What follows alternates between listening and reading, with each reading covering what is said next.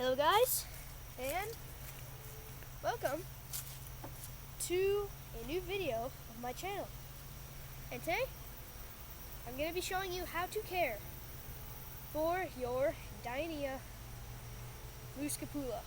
I don't know if I'm pronouncing it right, but at least I know the name. Right here is the plant that we will be exampling with, and this is one of my Venus flytraps. I have quite a big collection, and this happens to be the oldest that I have.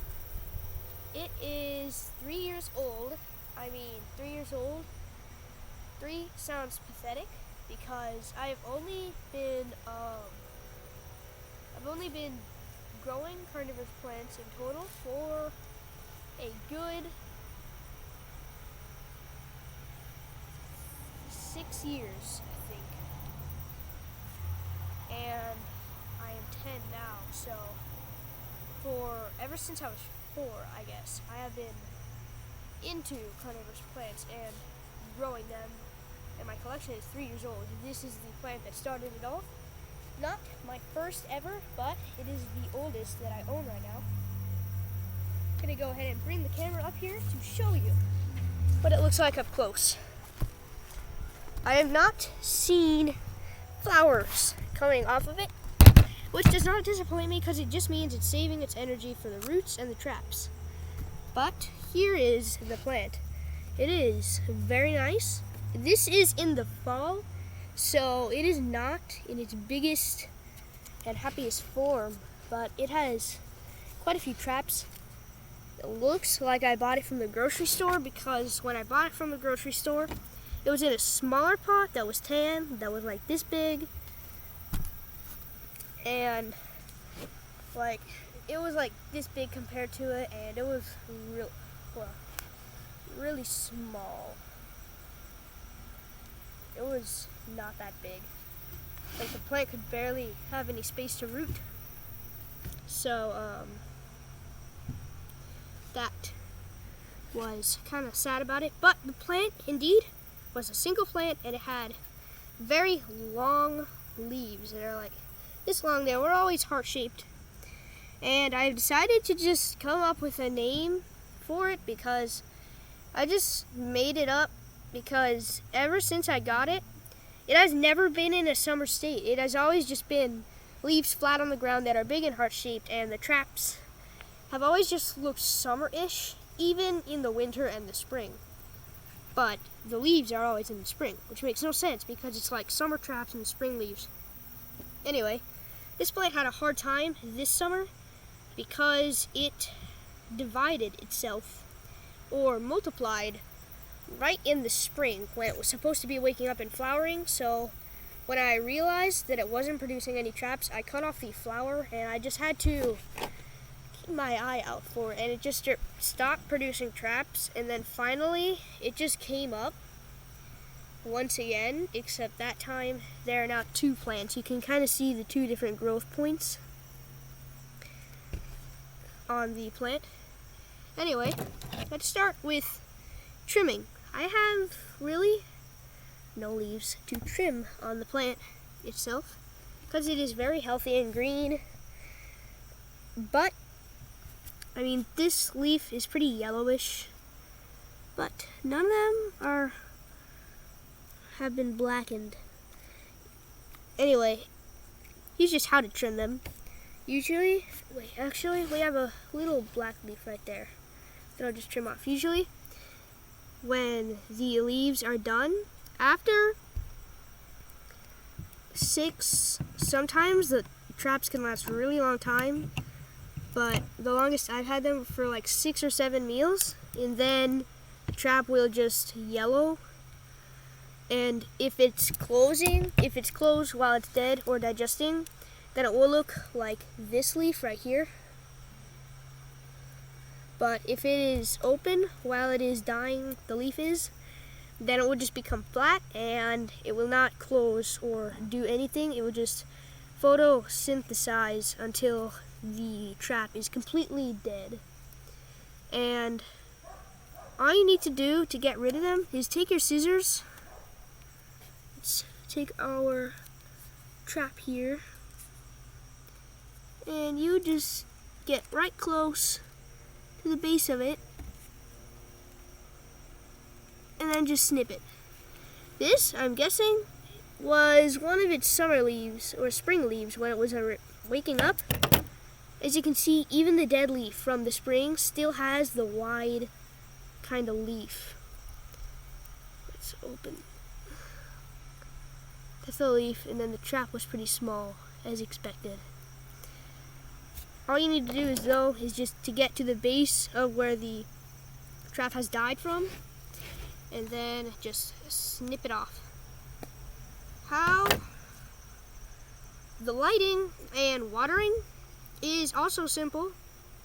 For the growing season of the plant, the lighting is only basically direct sunlight and full sun for as long as you have it. I suggest just sitting it outside on a porch in nice sunny area. You can put it, it's okay if it gets in a shady area during the fall. I am in the fall season right now, but the plant will be totally fine. I will need to make a dormancy video soon because it is September, and I'll need to just show you how to put it into dormancy, which is pretty important. Anyway, you're watering, and no, I'm not in the forest. I'm just in a backyard with lots of trees. Right here, I use distilled water personally. Reverse osmosis water, rainwater, that kind of stuff is also good. If you are watching this video and you already know how to care for a Venus flytrap, go ahead and comment down below some better advice, so that if somebody's watching this and they have a new flytrap wondering what to do with it, they can read that and just add that to their knowledge to grow the plant with. But all you need to do is you cannot give them bottled water, tap water, basically nothing nutritious, because that could harm the plant, which is because they already have traps that catch bugs, and they give them the nutrients they need. They don't need that much, otherwise they might die. Anyway, if you are planting a bog garden and you need a well-draining rock and soil and stuff, what you would need for that is top bin. I use that not as the main soil, but I put it on the very bottom layer so that it can drain and store water there in case your sphagnum moss or peat moss does not suck it up, which is what I use to transplant carnivorous plants. I use peat moss for my bog gardens mainly, but I'll just put sphagnum moss in the potted plants with some peat moss on the top because I like the look of it. It goes quite nice with this plant too. But all you would have to do is just moisten it very well. You cannot let the soil dry out. Same goes to all carnivorous plants, but you cannot ever let the soil dry out, and no nutrients. After a while, if you are using sphagnum moss, the first 2 or 3 years in its pot, then it needs to be transplanted, which eventually I will need to do so with these plants further into the channel. So you should leave a like and subscribe so that you get it, hopefully a future notification about that video when it comes out. If you do not live in an environment or an area where you have lots of bugs, you can easily just feed them with freeze-dried bloodworms, or you can put a little bit of fish food if you have a sundew, and then just put it in there. But freeze-dried bloodworms with a little bit of distilled water makes a perfect combo. Like, you only need, you would just take a syringe or a dropper and then just put 1 or 2 drops in the freeze-dried bloodworms to moisten it. But here, what I have here is a pest. Pests for Venus flytraps are aphids, blue jays, squirrels, and other stuff like that can usually just peck at the traps. Aphids would just kind of ruin them. And this happens to be a Sarracenia pest for my Sarracenia flava. I found this right before the video, this caterpillar that was eating away at the new leaves. I have always been wondering why all the new leaves have been coming up so cut, because they have been cut up and holes in them, and it's just awful. So I'm going to show you how to feed them. If you do not already have an idea, inside of a Venus flytrap are 6 tiny hairs, and that is usually, let's go ahead and put it in this trap here, 6 tiny hairs, and when 2 are triggered, that is what's going to cause the plant to close. So I'll just set the caterpillar in there. Yes, it's alive. Don't feel, you can feel bad, but I don't, because it was eating my Sarracenia. I'm gonna push it a little bit.